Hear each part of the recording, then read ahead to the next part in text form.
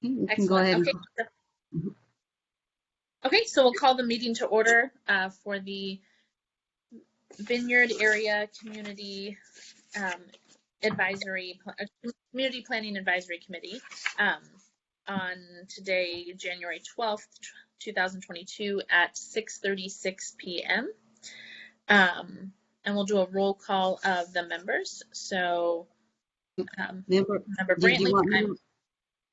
Did you want me to read those for you? Oh, yes, please. Thank you. Okay, I can do the roll for you. Chairperson Brantley. Here. Vice Chair Miller. Here. Member Thompson. Here. And we do have a quorum established. Okay, thank you. And next we will do the Pledge of Allegiance. Would anyone like to lead that? I pledge allegiance to the flag of the United States of America and to the republic for which it stands, one nation under God, indivisible, with liberty and justice for all. God, I remembered it. Thank you. Thank you, Member Miller. Okay, so introductions for who is here at the meeting.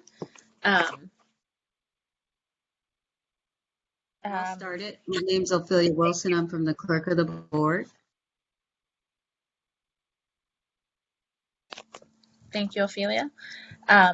We also have Ms. Munoz is here. Yes, this is Alma Munoz from the clerk of the board's office. Thank you. So we have Mr. Fry is here. Yes, Jeff Fry, Chief Development Officer for Metro Fire. Thank you for being here tonight. My pleasure. We have Chris Pahuli. Did I do that right? That's correct, Pahuli, correct. Great. With planning and environmental review. Wonderful. We have Christiana Fields. Good evening. Yes, Krishana Fields, Deputy Fire Marshal in the Community Risk Reduction Division at Metro Fire. Excellent. Thank you for being here. And then Florence Evans. Hi, this is Florence Evans with the clerk of the board. Excellent. Okay. So Chairperson Bradley, in our last meeting, we asked for representation from, what's the name of the Park and Recreation? Southgate Park and Recreation, and also SAC DOT. And I don't see anybody online here that represents them. Yeah, I think we have been. Oh, go ahead. Can I do something first? We need to go ahead and make this announcement about the meeting, okay? And then we can move forward with any other discussions, okay? We'll try to stick with this plan, okay? Thank you. This meeting is live streamed and temporarily closed to in-person public participation. The clerk's office is in the process of hosting hybrid public meetings that will provide board members and members of the public with the option to participate in the meeting, either in person or remotely. Thank you for your patience and support. To make a verbal comment at today's meeting, dial 916-875-2501 to provide your contact information. When the chair opens public comment for a specific agenda item or off-agenda matter, callers will be contacted by phone and transferred into the meeting to make their public comment. Written comments are always accepted. Send your email comment to boardclerk@saccounty.net. Your comment will be routed to the board and filed in the record. Thank you. Thank you. Okay. So we did request that, as I said, that Southgate Park and Recreation and SAC DOT show up for this meeting. Was that request made? Anybody? I believe we're still working on those requests, Member Miller. Is there a problem with it? Because it's been a month. No, ma'am, there's not a problem. I don't think there's a problem. I think we're still working on it with the holidays and everything, getting all of that straightened out. So they'll be here next meeting? Yeah, Alma, is that something that can I follow up and help with that between this meeting and the next?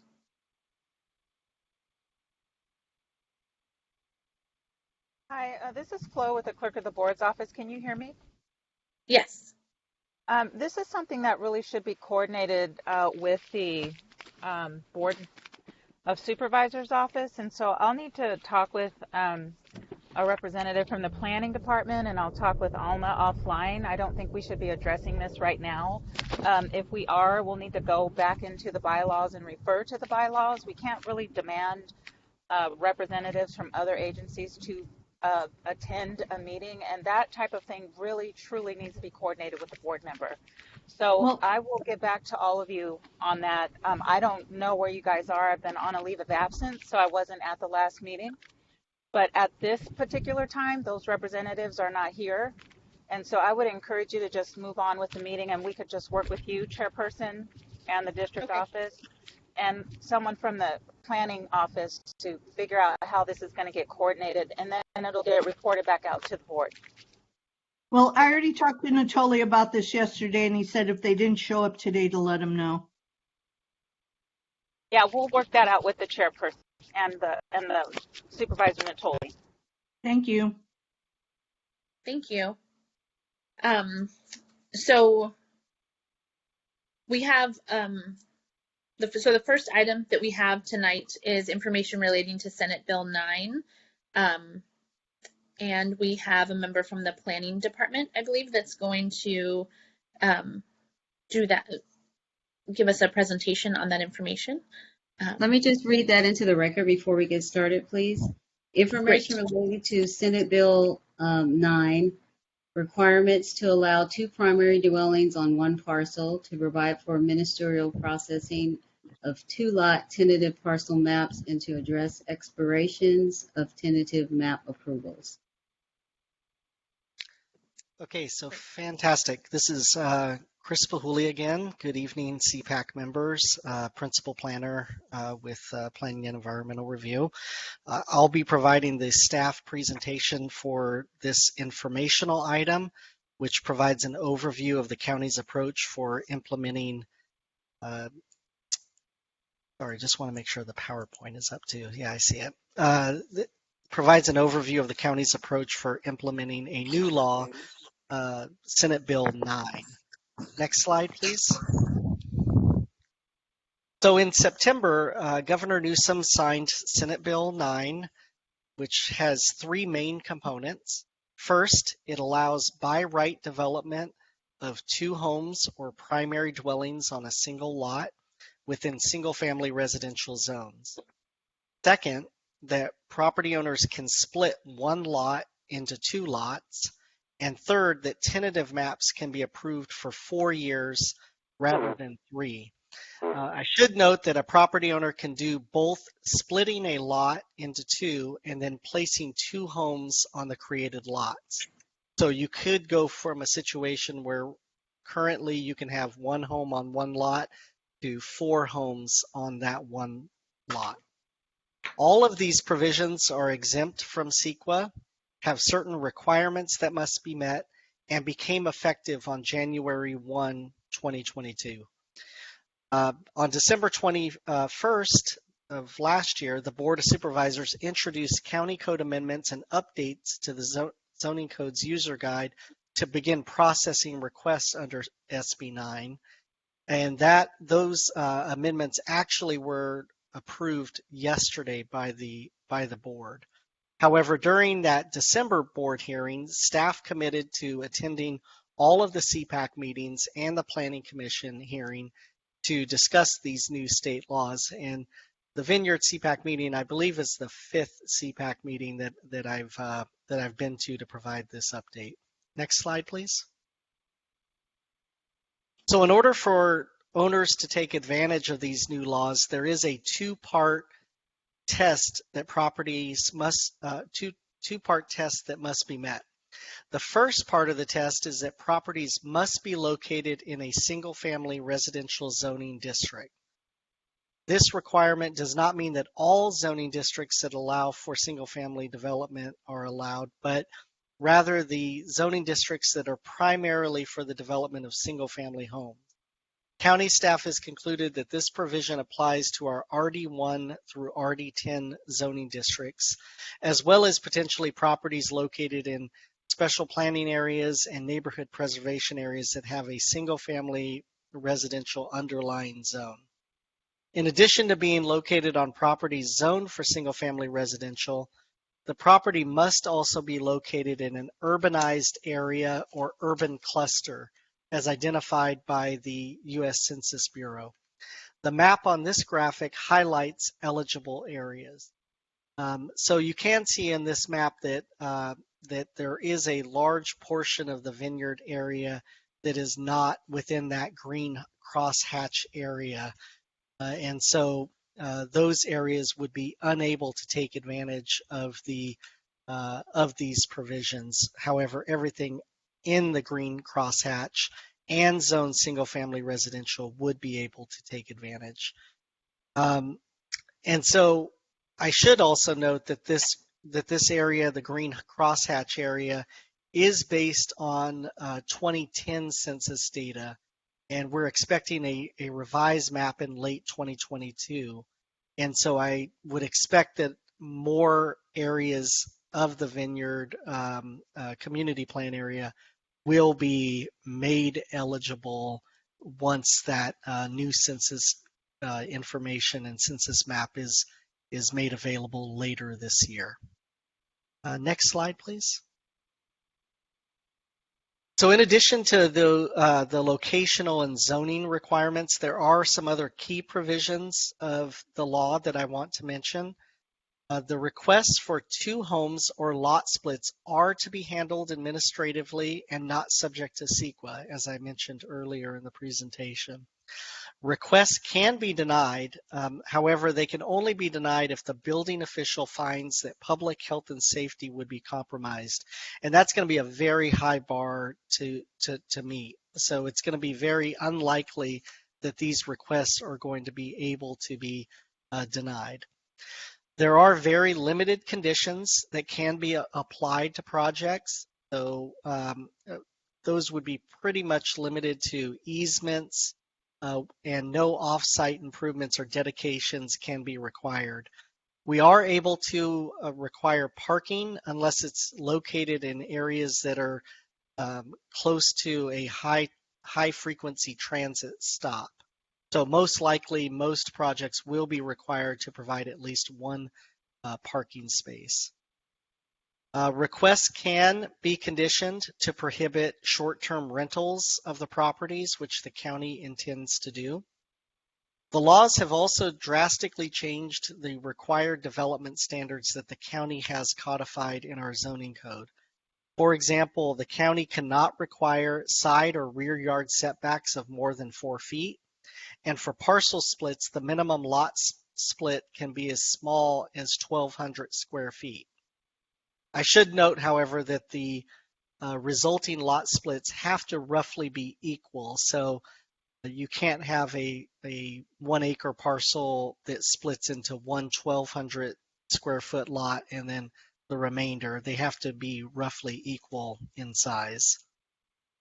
And then I should also note that a key provision of the law relating to those lot splits is that the property owner must sign an affidavit stating that they will live in one of the properties for 3 years.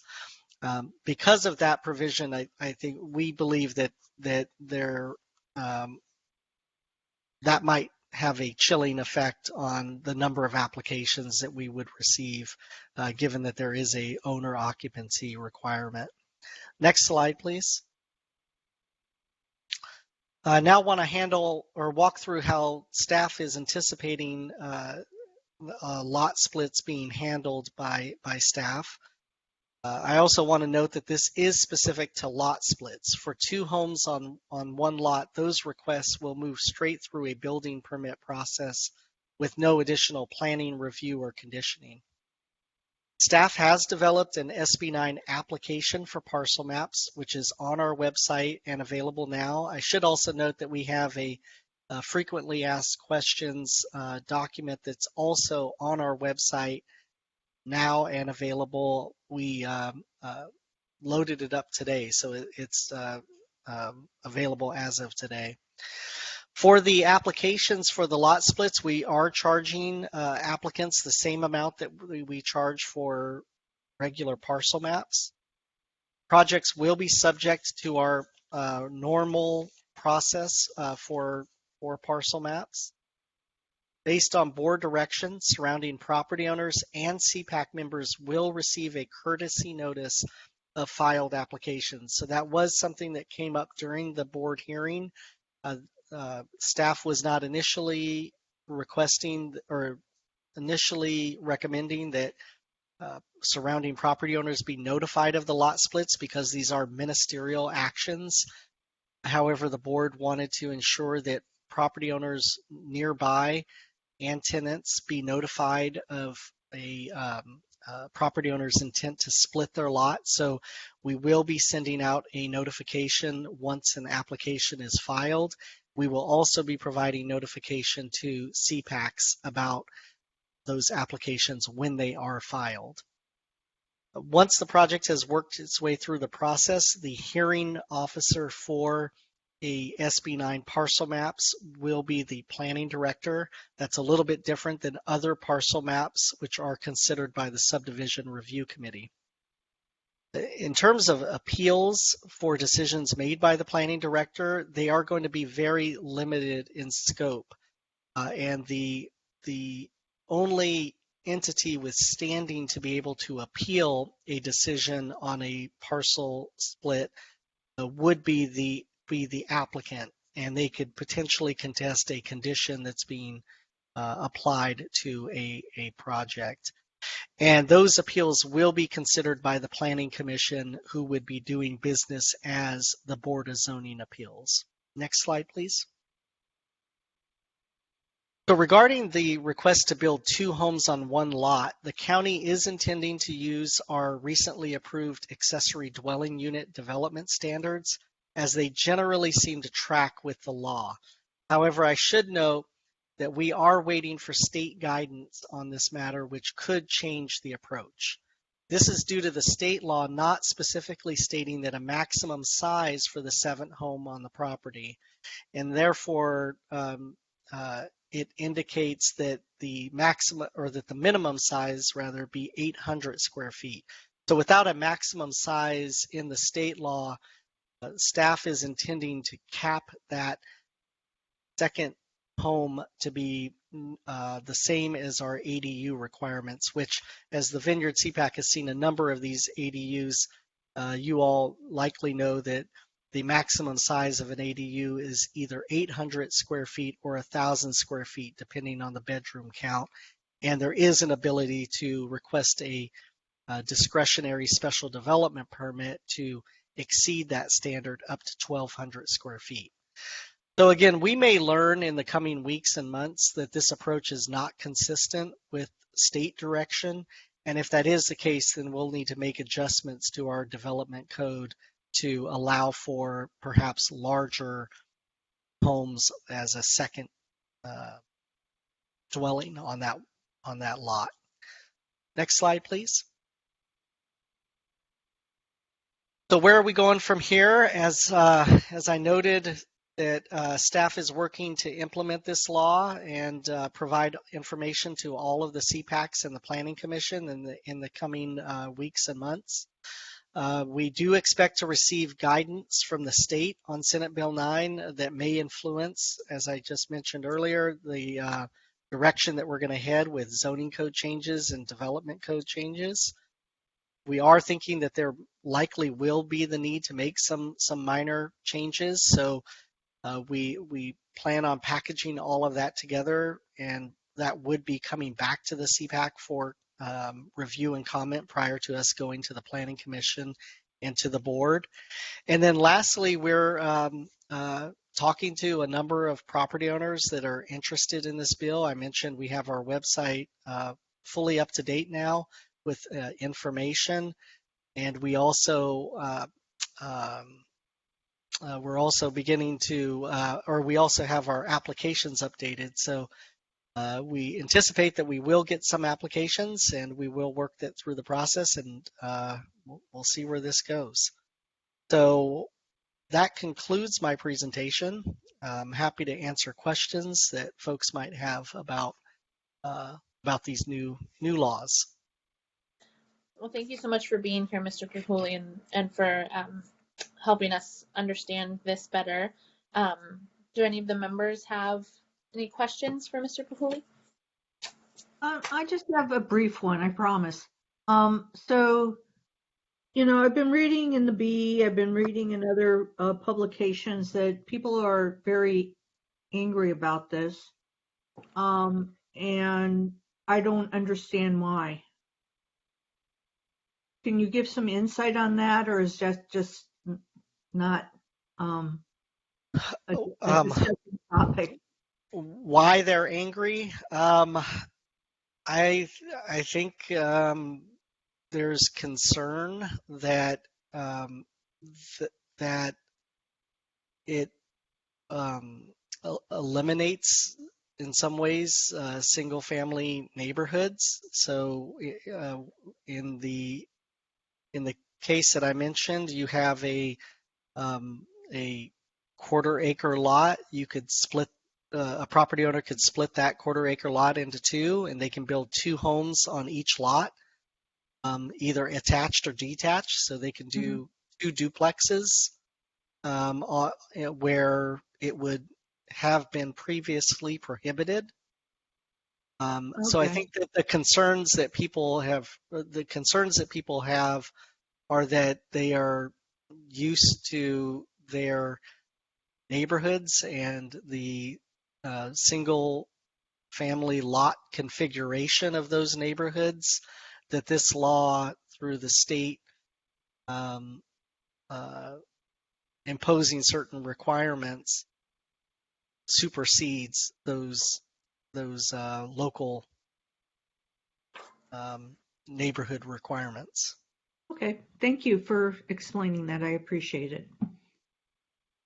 I have a question. So we have in the Vineyard area, we have a lot. I mean, there's like a lot of several new housing tracts. So would they have to, since they'd have to be equal size, they would,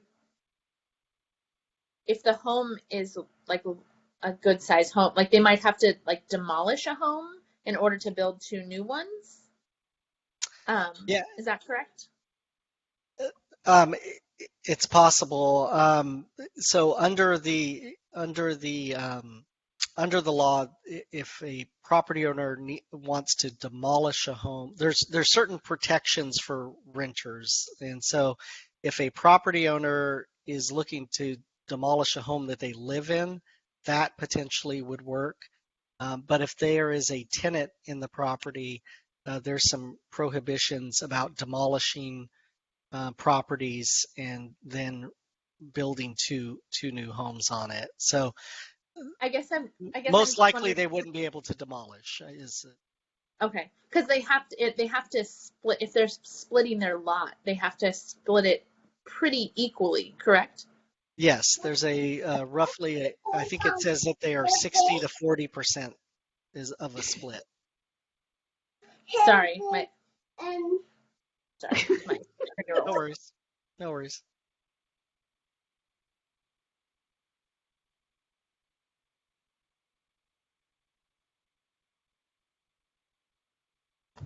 Sorry, my 3-year-old was very excited. And then my other question was going to be about, so how will the CPAC be receiving notifications? Will it be like in the meeting materials, or will we just be notified? That's a great question. That's a great question. We haven't figured that out just quite yet. It would either be through an email notification or through perhaps just a notification on your agenda packets or with your agenda packets, letting you know about filed applications. Okay. And can I ask, have there been a lot of applications for the county, or like it just began? Yeah, we're just 2 weeks in. I think there is definitely interest Mm. in the new provisions, new code language, but we have not received an application yet. Oh, okay. Cool. Any other questions or comments from any other board members? Mr. Thompson, did you have any questions?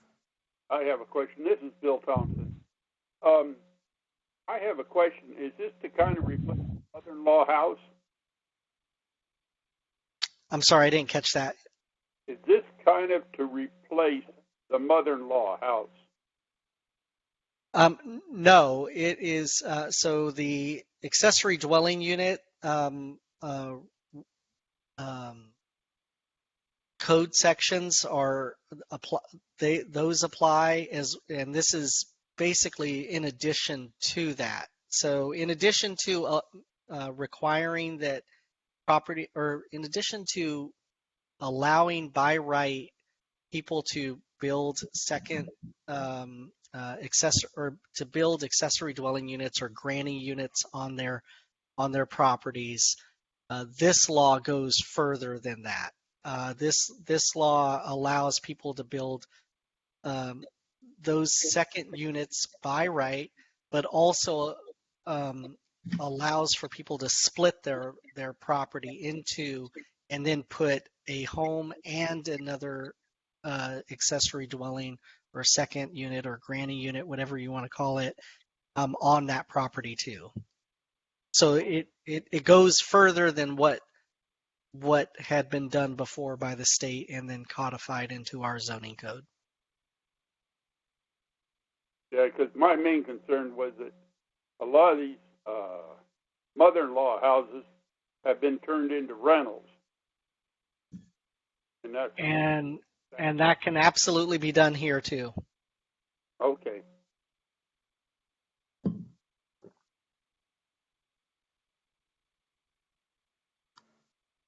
Okay. Well, hopefully this can be a good thing for Sacramento County. I don't know. Is any other questions or comments? Any public comment? I have one question. Oh, go ahead.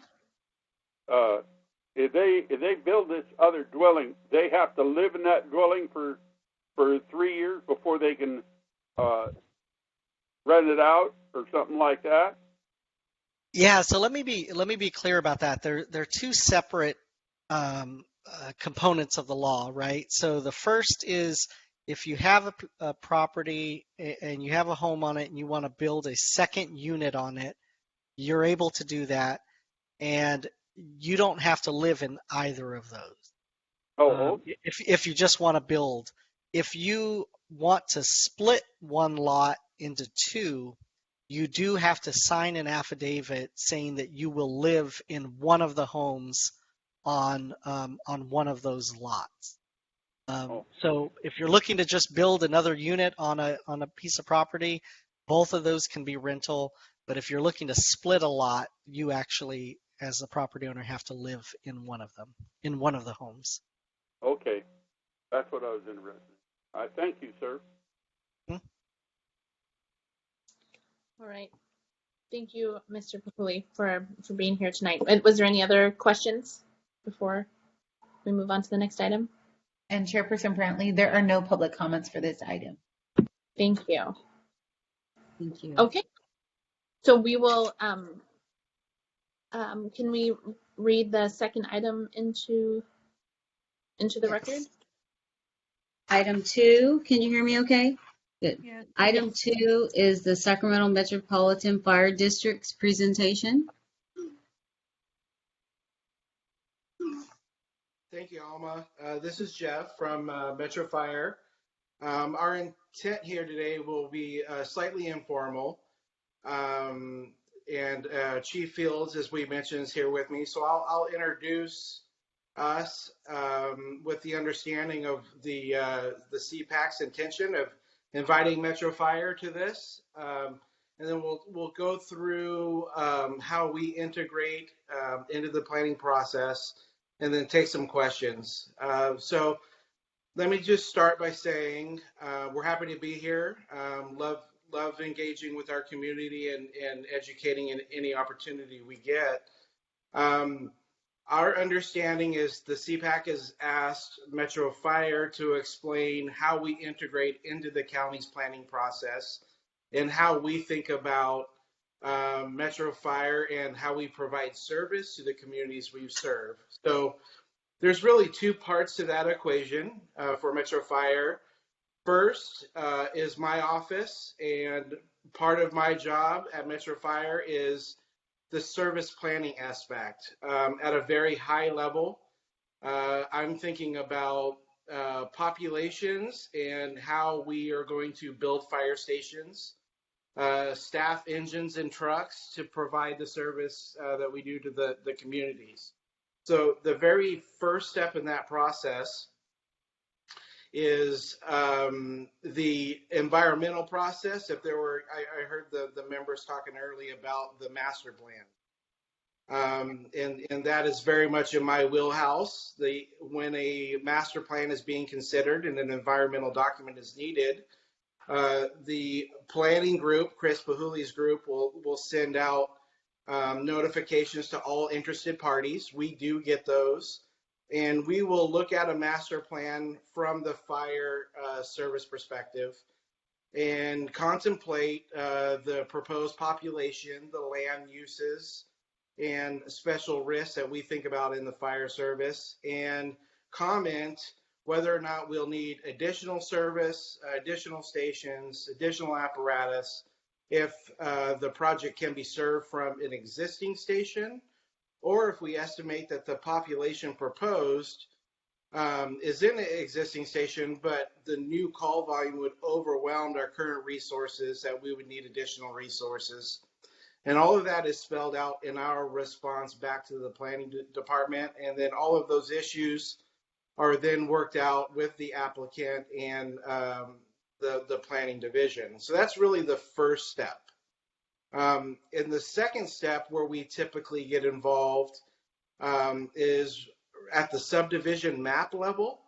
And if you did have a master plan community, the second step or other steps would include starting to subdivide the land to accommodate new construction.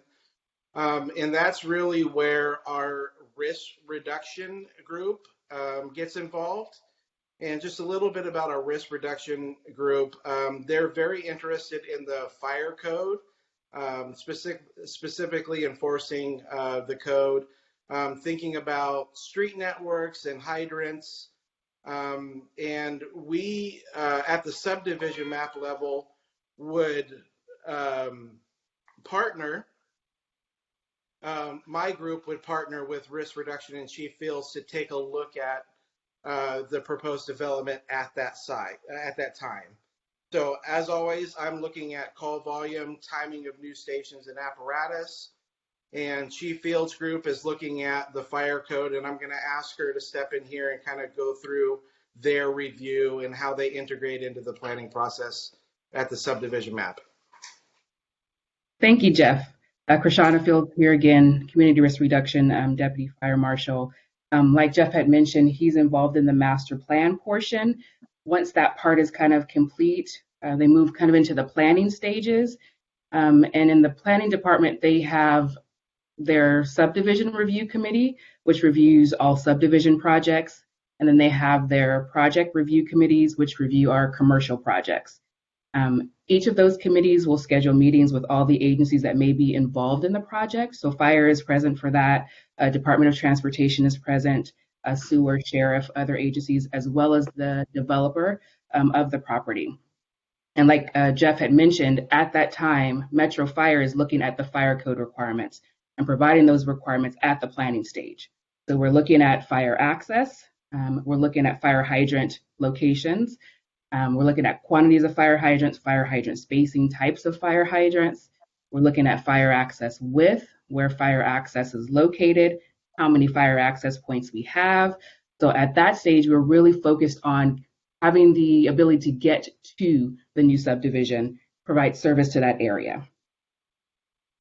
After the design review process, we'll provide comments to the Planning Commission as well as the developer about what has to happen or what needs to be done for the project to be in compliance. The developers will take the time to make those adjustments. Once they've decided they want to move forward with their project and begin construction, that's where the plan review process actually comes in. And that's where they put their construction drawings together, which are really specific detailed plans about what they want to build, how they want to build it, what all is going to be inside, how many homes, bedrooms, like all of that actually goes into the construction drawings. Those drawings are submitted to building departments, fire departments, and other agencies that might be involved. At that time, we're looking at all of the fire code requirements, and then sometimes we have some overlap into some building code requirements.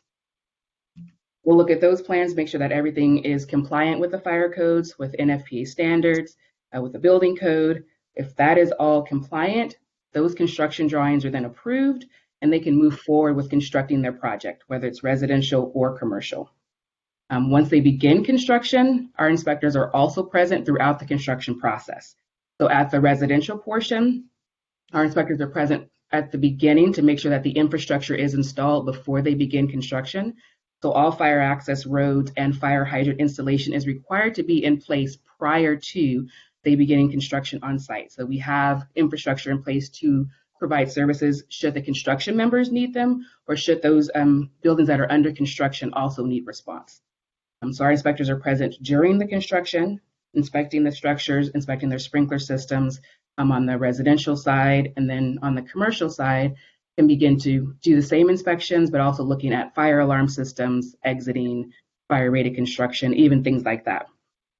All the way up until the end. So on the end on the residential side, once all the construction is complete, our inspectors are back on site, making sure that everything was finished appropriately, that the access road is still appropriate and accessible, that addressing is appropriate so we can find the location before we are allowing final occupancy.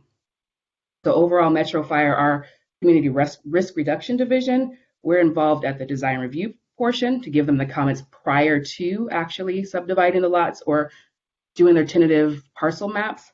We're at the construction portion when they're submitting their plans, and then actually as they're doing the construction all the way up until the end before they occupy the space, whether it's home or a commercial structure. So with that, I'll turn it back over to you, Jeff. Sure. So, quickly in review, there's really 3 times we get involved. The master planning, the pre-planning as Chief Fields described, and then all the way through the construction process.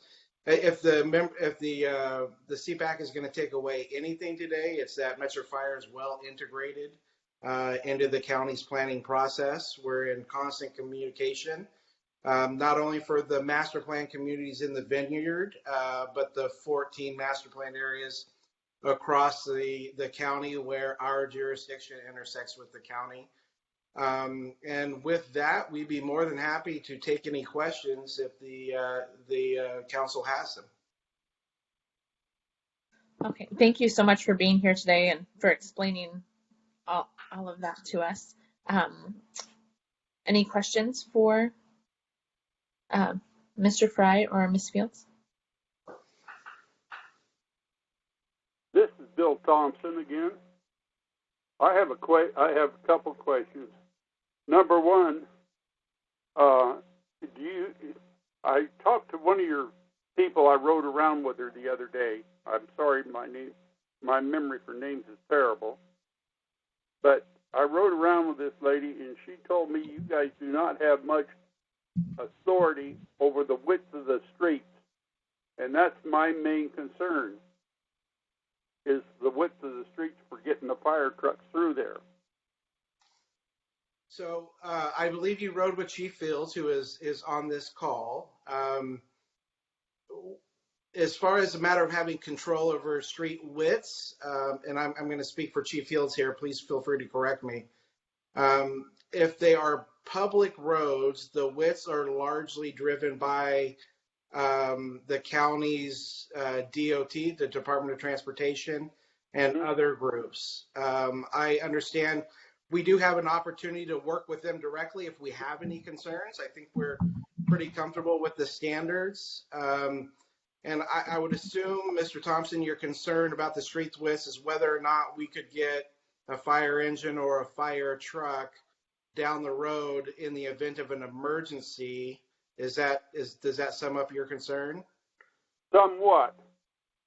But Okay. my main concern is if you had a fire in there and you have a truck sitting in the middle of the street on a lot of these narrow streets, how are you going to get if you have to have extra water and you can't get enough water, how are you going to get a tanker in there to supply that engine with water? Well, most of the time in a residential type development, we're actually going to use hydrant water. But I will tell you, the firefighters are the craftiest, smartest group you will ever meet in your life. And the engineers that are responsible for water will get water from any and every source you can imagine. They can link the engines. They can tap into hydrants. They can call for water off water tenders. And if worse comes to worse, we have helicopters that will go get water from another source. And I think that's the real neat part for me in working with Metro Fire is we have good resources, we have smart people, and what I've seen in my short time with the fire department, they will figure out how to put out a fire, and they will do it very quickly. Well, my main concern was getting the tenders in and out, because with these 20-foot streets that you guys are allowing being built, I don't see how it's going to work myself. But yeah, you said 20-foot streets. Our widest apparatus is 10 feet 8 inches. So even if there were cars parked on the side, there is no doubt in my mind that our engineers are going to get the trucks down the road. I know I've drove a lot of trucks, stuff, and they must be a hell of a lot better truck drivers than I am, because I used to spot trailer houses in the streets you couldn't get your fire trucks turned around in, and I put 60-foot 60-foot motorhomes in. So you're not talking to somebody who is really that stupid when it comes to handling big units. Okay, completely understand and appreciate the perspective. When you start talking about a 12-wide unit and putting it in a mobile home park, you're talking of another horse completely than a fire truck. I mean, you can back a fire truck around and stuff and turn it around in a lot smaller unit areas than you can a 60-foot 12-wide trailer. Yes, sir. So anyway, that's my main concern. I know I measured one of your trucks, and I didn't measure the mirrors on it. I just measured the width of the body, and it was 8'4". So, I mean, by the time you get your mirrors on that and everything, you're talking over 10 feet. Yes. Or right at 10 feet. So that means you have to be able to pull up on the curves to get the two trucks past one another. The two fire engines or trucks? Yes, sir. Yeah. You'd have to have one of them parked on the sidewalk to get the other one past.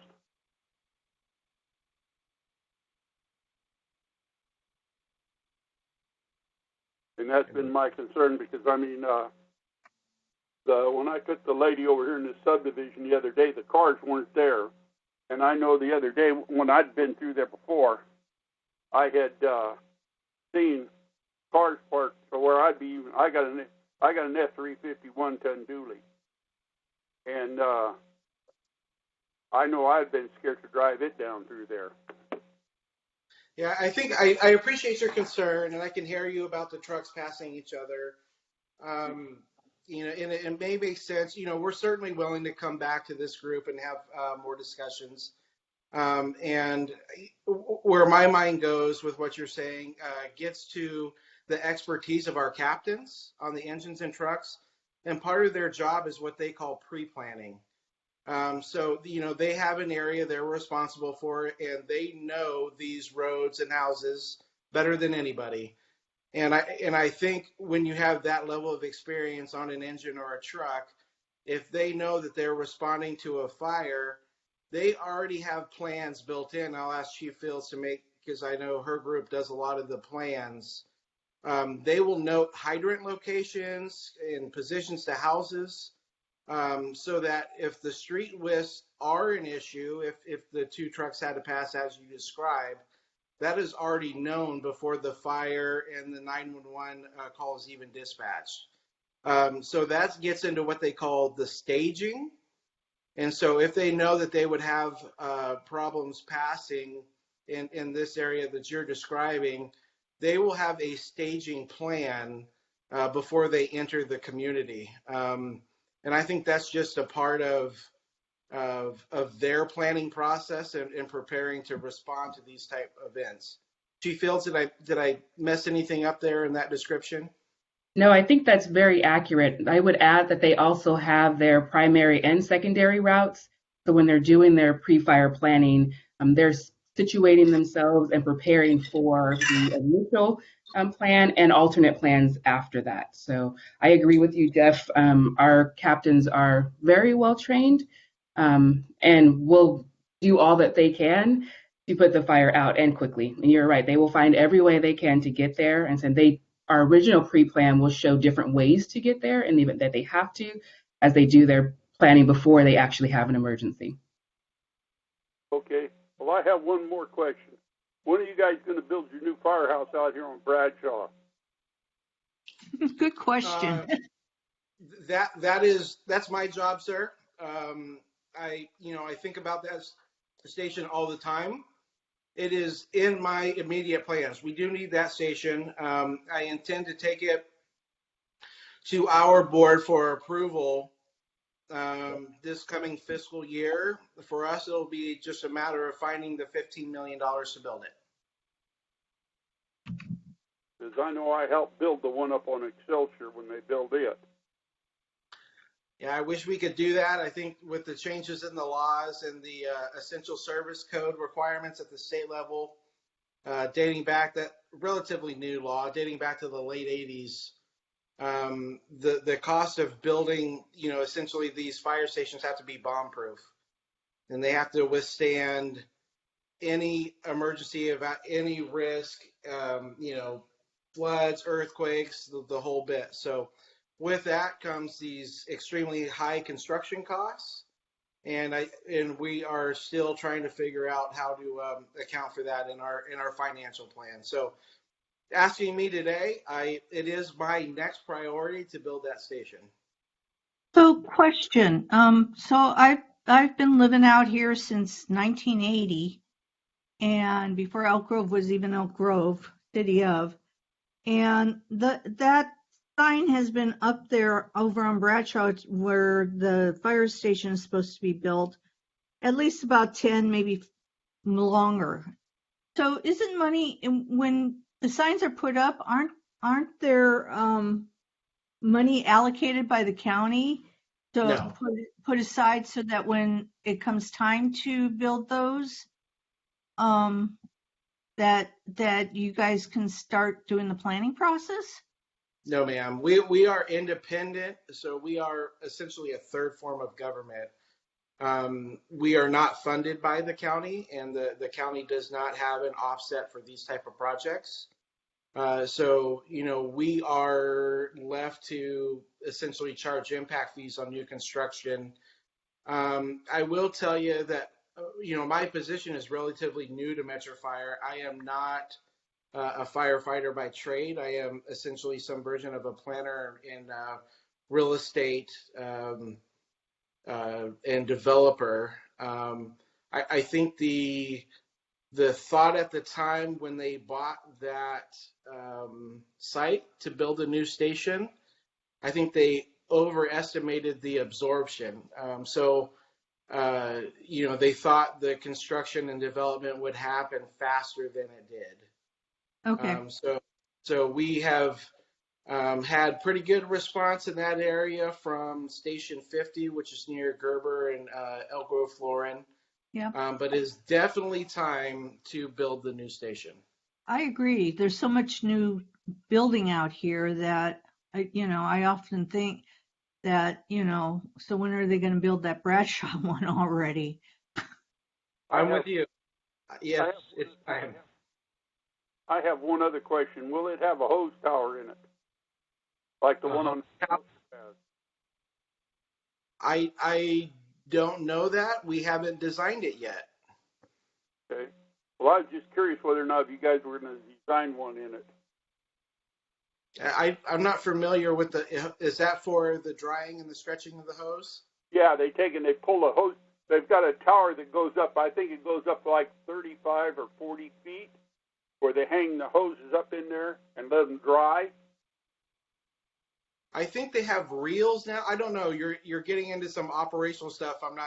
I think they have reels now, so that the towers aren't used anymore. And if they do need to stretch the lines, they do it on the back apron. So I'm not sure, but I will ask that question and find out. That's a new one for me. Well, I was just curious because I helped build that station. It's the only reason why I know. And we put plyboard. It had to be marine plyboard, and it had to be oil coated. Of course.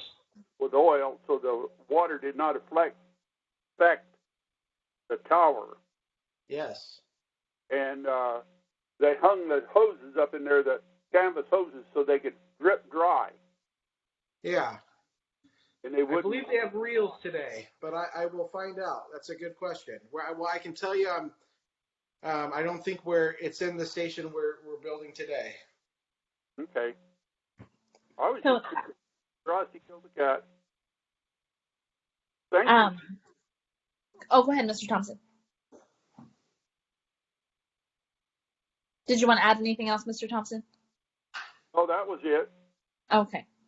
Well, Mr. Fry, thank you so much for being here, and Ms. Fields. I think just in the last year that I've been here, we've had concerns when we're looking at these new developments that come before the Vineyard CPAC, and just concerns about the safety around fire, and so we're very thankful for you to kind of come and share your perspective with us and share your process with us. Is there any last thing that you could leave us with on how we could best be advocates for as members of the CPAC, advocates for, good planning, I guess? Sure. And these type of conversations are a great start.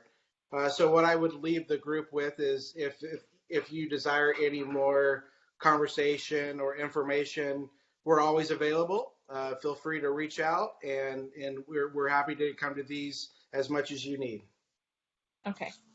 Well, thank you again so much for being here. Were there any last questions or comments before we move on to item 3? I just wanted to thank the lady, if she's there, that rode around with me. We rode around together the other day. She drove her car and I drove mine. But I appreciated her very much looking at my problems and stuff. And I want to thank her again for it. Awesome. Thank you, Mr. Thompson, for that. I thank you for taking the time to show me the concerned areas that you had. And I did, as we had spoke, was back out there early in the morning so I could see it a little more impacted, as you had mentioned before. So thank you for taking the time to show that to us. And we appreciate you bringing that to our attention. Oh, my main concern was getting the equipment in there to fight fires and stuff. And that they had a person with a heart attack or something like that getting in and out of there. Thank you. Thank you all so much. So we are going to move on to item 3. Would you like to read that into the record? Ms. Wilson?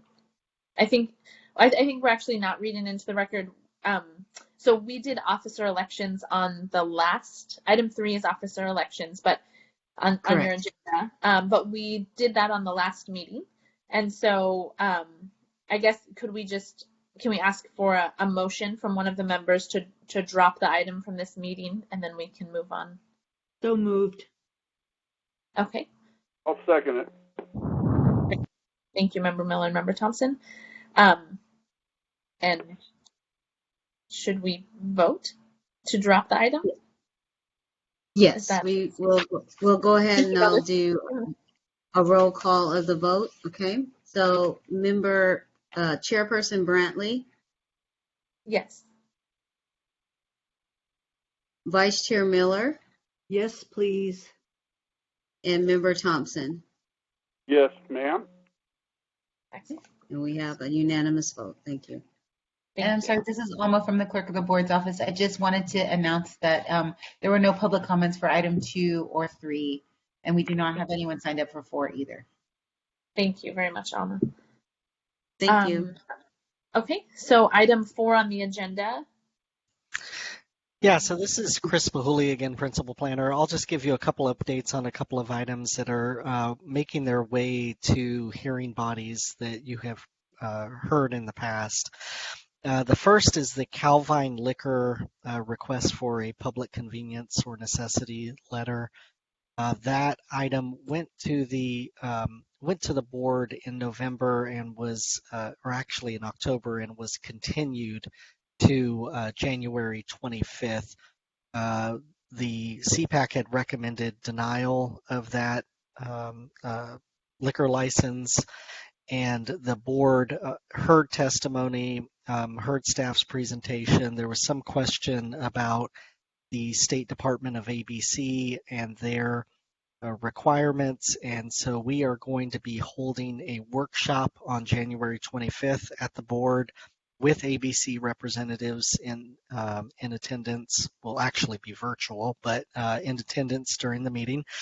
And then following that workshop, the board will be taking up that Calvine Liquor PCN request and making a decision on it.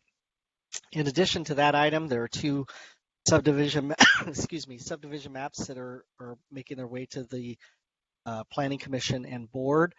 On February 8th, the board will be considering the Tokay Crossing subdivision. The Vineyard CPAC recommended denial of that subdivision. That is going forward to the board on February 8th, as I mentioned. And then on February 14th, the Planning Commission will be taking up the Castleman Northwest subdivision, which I also believe the Vineyard CPAC recommended denial on. So just wanted to give you an update on a few items that are making their way to hearing bodies so that you're aware of them. Mr. Pahuli, is the Castleman Northwest subdivision, is that that would be then to the north of Castleman, next to the railroad tracks, correct? Because there's 2 developments over on Castleman, so obviously that would be north.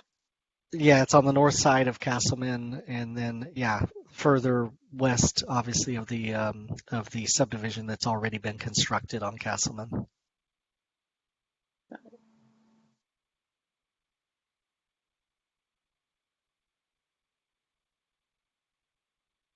Okay. I have one.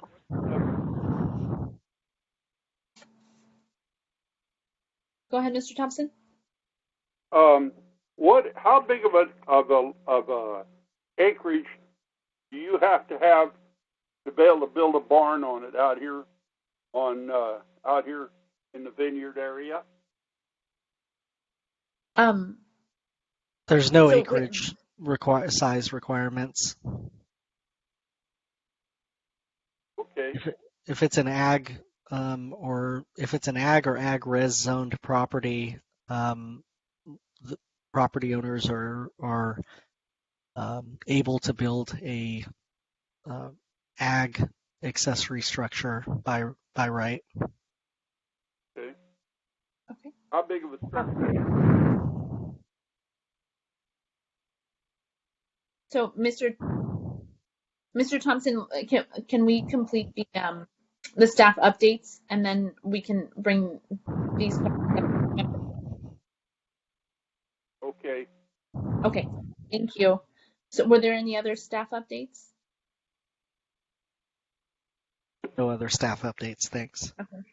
Thank you for bringing those 3 to our attention. Those were large discussions in our CPAC meeting. So I do have a follow-up to that. So if we're done with the presentations, is it okay if I move forward? So there was no other staff updates. So then item 5 would be council member comments. And then Okay. is that, Ms. Wilson, is that okay if we move forward to council member comments? That would be fine, yes. Go ahead Okay. and move And so I forward. know Member Miller and Member Thompson both had. And I did just really quickly, Member Miller, wanted to say that the council member comments is a space in the meeting where we as members can announce things that are happening in our community that maybe when we want to make everyone aware of, that we can talk about prior things that maybe have come up from, like similar to what Mr. Pahuli just shared with us. If we want to share ideas on how to help fill some of the vacancies, but if this is a space for sharing from the members, not necessarily for like a deep discussion, but if any of these items wanted to have like a deeper discussion on later, we could also have them agendized for a future meeting too. But this is a space where we can kind of share, obviously, council member comments. So go ahead, Member Miller. So I had a meeting with Supervisor Natoli yesterday, and we were talking about the building out of Waterman, which is my major concern living over here in our home, and the railroad company not allowing them to go over the railroad tracks, but they want them either to like build a structure to go over the railroad tracks or to dig under the railroad tracks. So that's going to the California PUC. And I happened to mention, so what about hedge? Because they are building that those new houses on Hedge. They're building several, new tracts of home on Hedge. And, once again, it goes back to widening the road, and it goes over railroad tracks. So I guess the railroad company is giving the county grief over what. There's railroad tracks that cross that are dead, that are part of that same set of railroad tracks that cross Hedge. And so what they're doing actually is probably going to wind up going to the California PUC to talk about both of those railroad tracks. So they're combining the issue with the South Watt, with the South Watt widening, along with and throwing in there the Hedge. So we may see something come out of that, but the wheels of the California PUC move slowly, and also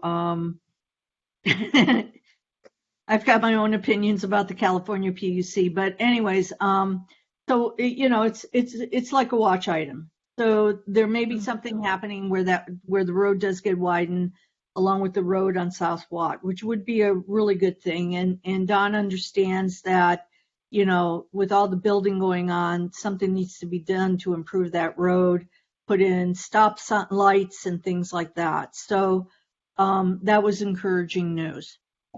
So that's just a watch item, and we'll see what happens with it. I did have another question, but I forgot. Oh, wait, what was it? I forgot. Go ahead, Bill. If I remember, I'll raise my hand. I have one question on Waterman. When are they going to extend this Waterman Road from here where it stops behind my house? I got Waterman in the front, and I got Waterman in the back, and Rogers in the front. I was wondering when they were going to run Waterman on through to Gerber. Oh, that's not happening anytime soon. Right now, they're concentrating on between Gerber, Waterman between Gerber and Tawnyport, which is the street I live on. So Waterman, it comes off of Gerber Road, and comes from Grant Line and stops. Yeah. Right, I'd say probably 3 football or two or three football fields from Gerber. Yes, I understand that. So, but that's not the part that I was talking about. The only thing that's in the plan for right now is the portion of Waterman that Don wants to get built out is the portion that's in between Gerber Road and Tawny Port. So I live between Gerber and Florin Road. Oh, okay. Yeah, so that's the portion that he's talking about. So there's a big empty field behind my house. The money has been in the kitty, allocated for about 15 years, and they're ready to get going. But the railroad company is being the obstacle. They don't want to cooperate. They want the county to spend an extra $6 to $10 million to build a tunnel under those railroad tracks that haven't been in use for the 40 years that I've been out here. Well, those railroad tracks, I've been out here 48 years ago. I moved out here in the 70s, and those railroad tracks were used up until 89. Mm-hmm. And California Traction Line used to have a train that ran down through here. It only ran 15 miles an hour. And the reason why they quit using them tracks is because the bridge down at the county line has to be rebuilt. Yep. And also, according to Don, that is the new, one of the new deals for that high-speed rail train. No, phase 2 was killed. That has nothing to do with it anymore. Oh, they've changed it? So, yeah, they killed phase 2 of the high-speed train system. It's never going to go out behind those houses at all. Well, So they want unless the gov gives us some money, and nobody's interested in it. So they'll build phase 1, and those were supposed to be the emergency tracks for phase 2, and that's not happening. Well, the county wanted to use it for light rail. I don't get that's not happening either. The land that was supposed to come, we talked about this yesterday. I'm sorry, Phil. So the property that was supposed to take the light rail from Cosumnes out our way, they're not. RT's not going to do it. They've been selling off the land that was allocated for that between Cosumnes College or Cosumnes area over this way. So they've sold off a lot of that land. So that's not going to happen either. Though Don and I did talk about, we do need to have more transit out here. Why don't we build something like Upper Etcha, like, we have discussed before, or something up Watt, going into Elk Grove. So had that discussion, and it's like, he's looking more for expanding the, you dial up those little buses and things like that. So, but it won't be light rail. Interesting. Wow. Well, thank you for lots of things that you guys have been working on between riding along and meeting with Natoli. So, I didn't have any other comments. Was there anything else that you guys wanted to add? Nope. Okay, so hedge and that whole Waterman area with the tracks is just is something that we're going to need to watch. More the hedge than the Waterman. The Waterman thing is part of the plan, so it's going to get built whether anybody on this committee likes it or not. So I want it because people keep coming across the field and going along our fence line at all hours of the night. And Lennar has been told by the county, I think it's the Planning Commission, that, it's SAC DOT, that they have to go secure that field. But what Don wants is that the road gets built, Waterman gets built out. So, and it needs to, because enough people are annoyed that they have to, snake through the track of homes to get from point A to point B. So Okay. that's what's going on. All right. Well, if you All think right. that you ought to be over here where I live and have the kids come down here at night and drag race and spin hookers out here in the street at night. Okay. In the morning. Bill, they do it on the other side of Waterman also. They're doing it on the Gerber side, and they're doing it on the Tawny Port side going towards Florin. So it's just. Have you had windshields and stuff like that shot out? Yep. Oh, wow. I mean, my main fear is I've got a mobile home up here on 10 acres, and the only thing so far, I haven't found no bullet holes in the back of my barn, but I had a boat out here that had 7 bullet holes in it. I've had windshields shot out of cars. Oh, wow. I've had my fence backed over. I've had it cut about 10 times. So, I mean, that's the reason why I would like to see this end of it bailed out. Wow. Okay. Well, that's something that we'll watch. It sounds like our Board of Supervisors wants that done. Okay. Go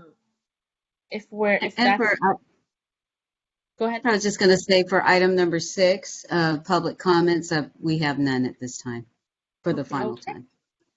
Okay. So with that, if there's nothing else is there anything else that we need to do before we adjourn the meeting? No, I have nothing else. No, ma'am.